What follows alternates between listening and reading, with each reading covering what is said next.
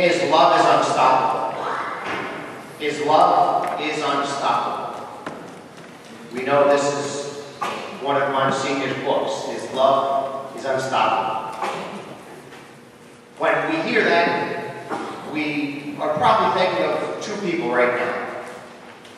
Our dear Lord and our dear Monsignor. Monsignor Felix Losito never confused the two. He knew God was God. And he loved his Lord with his whole heart and soul and mind and being, didn't he? He knew that God was God and he was not. But it's not that easy for us because he showed us that great love of Jesus in so many incredible ways for such a long time. Incredible, isn't it? To have been here since 1968. The love of Jesus Christ is unstoppable. Now, Monsignor Losito showed us that. Just even sacramentally, we can see that. Right now, we want to extend our condolences to everyone here, especially Charles and you nieces and nephews, and the parish of Holy Rosary. From Felix's brother priests, on behalf of our dean, Monsignor Harkin, we have to give condolences. He did show that great love, and so we miss him like that too. He touched us in so many ways. Instead of me just talking about just to see it, he always showed how the Word became flesh, right? The Word become flesh. Whether it was books in his actions or in his speech. I ask right now, would everyone please raise their hand if they were baptized by Monsignor Losito? Raise your hand if you received First Holy Communion. Come on, keep your hands up, keep your hands up. Keep your hands up if you received First Holy Communion from Monsignor Losito. Raise your hand if you were married by Monsignor Losito. Keep them up, keep them up. Now, how many of you had children baptized by Monsignor Losito? How many of you had your children receive First Holy Communion from Monsignor Losito? How many of you had children that were married by Monsignor Losito? How many of you have grandchildren that were baptized by Monsignor? Your hands getting tired, huh? Just how long, right? And everyone who was buried by him, raise your hand. That was actually the bird's line. Don't raise your hand, please. 43 years. By the grace of God, I'm now celebrating most of my priesthood at Berks County and almost 10 years at St. Margaret's. I just know when we lose someone, what a heartache it is. And when you're in some place 43 years, the ways that the love of the people just seep right into your heart. And all the things that we shared. It's incredible. 43 years. And that was back. What was 1968? Woodstock. Right? Raise your hand if you went to Woodstock.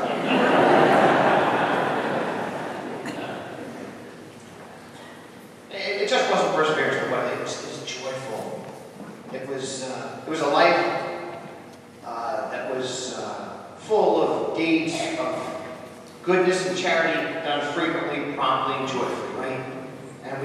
are just so grateful for these ways.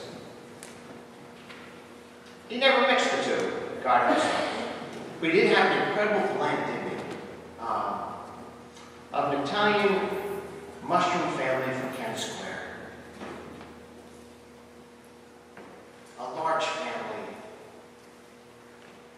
A dad who, when the priest went to their house for visitation, literally gave the only $20 they had. And the mother, as Phyllis would say, my father never had a bad word for anyone. My mother had words. just that blend. It's incredible. He just has his feet on the ground. We all know some people are very holy and think, oh boy, you know, what do you get? He was holy, but you could kid with him. You know, he's approachable. You know, even here, we've all probably heard this one, right? When he would say, well, I've got another book, but not on a donkey. And John, I do not know if the donkey is pictured on the front or on the back.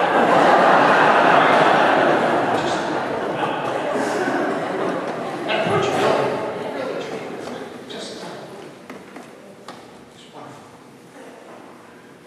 And so from there, and the years with family, and God's love, and the stories we know about someone so young who just knew clear as a bell that he was going to be a priest. And then through the years of formation, and then his first time in upstate Colliers, that you know, that schooling, the upstate common sense, and that great way of upstate faith that's cherished as part of life, and feet on the ground. You know who you are, and you're proud of your faith. And then from there, to come to Reading. 43 years in German Berks County. There he is, with his Italian background, and the way he blended everything with a way that by the time he finished here, he sounded more like a Dutch uncle, didn't he? You know, an Italian that sounds like a Dutch uncle. Dutch uncles, you don't mind when they tell you something. He would tell us something, wouldn't he? I mean, even the books. The books, I mean, you know, watch this. I don't even have to just pull any of the stories out. I want to tell you a story.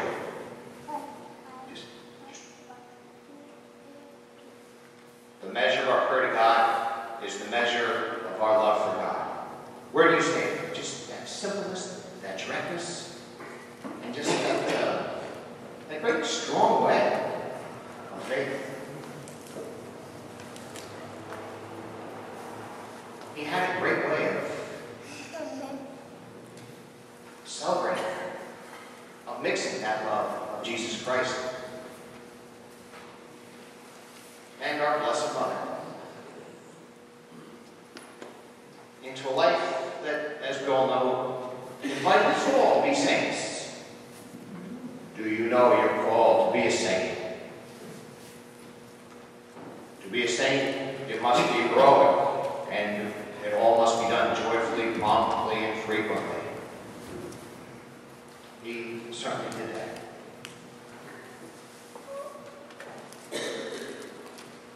It is our dear Lord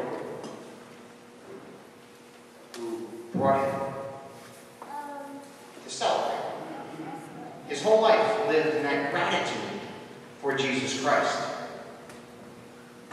And the ways that his mother and our mother brought us into the experience of the joyful mysteries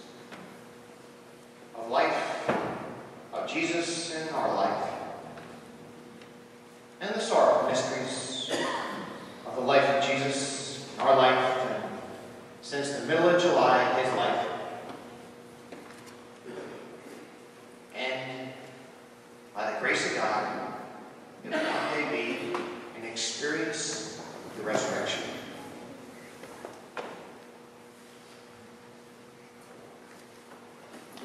Jesus will help us. Jesus will give us strength. His love is unstoppable.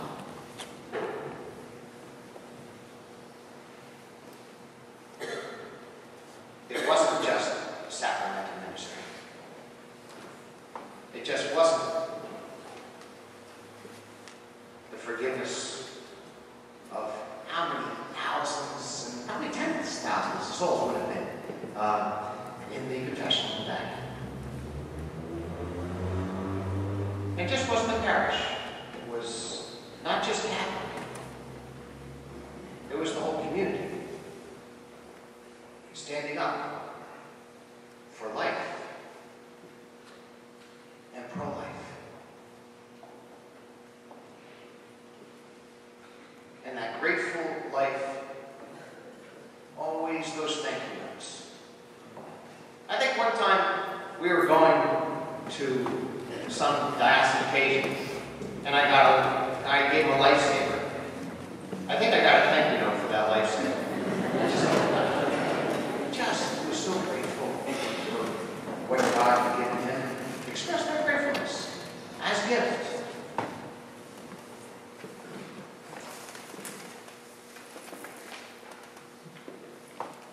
He talked of the active will of God and the permissive will, right? The things, the craziness, the awfulness of the world that we just can't quite figure out. These last 4 months, there was the active will of God, by the grace of God. Somehow, in trying to make sense of it myself, maybe I should offer this from here, but it seems like if we didn't have these pastoral months, we needed time to say goodbye, to think of how do we get past this day. So it isn't death is the end. A new beginning. A new beginning. When the black crepes are taken off the church, how do we continue?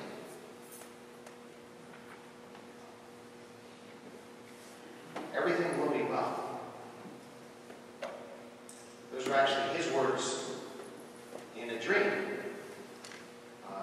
given by someone who dreamt of him.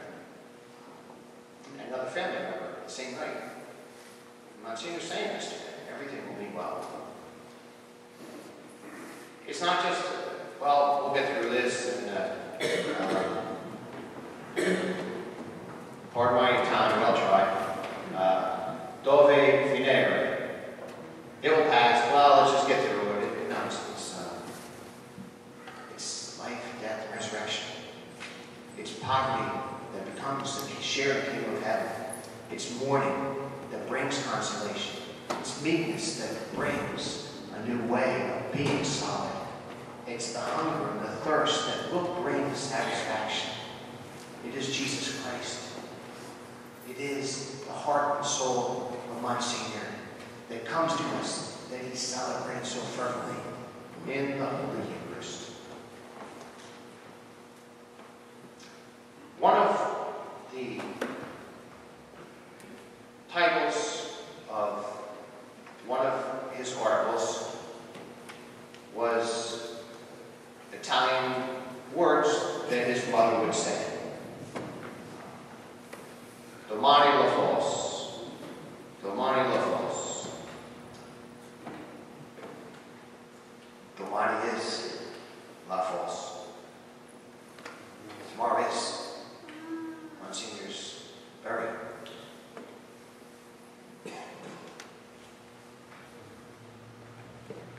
Literally. But we see it as she would see it, but just the little things in life. Listen, we're all in this together. We have such a short time. Let them go. Let down. Let the bygones be bygones. Oh, bury the hatchet. Just let it go.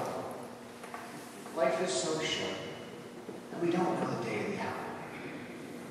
But as it will be said tomorrow, down in Kennett Square in the graveyard, in the ritual, it says that the grave is a sign of hope that claims our bodies.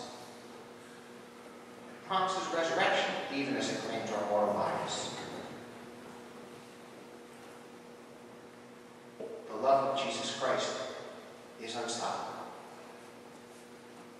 We're so grateful for his gratefulness, for the ways he reached out to the rich and the poor, those knocking at the door, those on the other side of the door, those priests that would come to celebrate, and those priests who were off the job, not able to come. That reaching out. We've seen it, we've loved it, we miss it, and we know it is because and through and in the love of Jesus Christ. Everything will be well. Jesus Christ has conquered sin and death. Jesus Christ brings that new hope. Jesus Christ and his love is unstoppable. May that unstoppable love help us to be saints, to take whatever God actively or permissively has given us, and to use it and to live it promptly and joyfully and frequently, so that one day we will all, by the grace of God, be saints.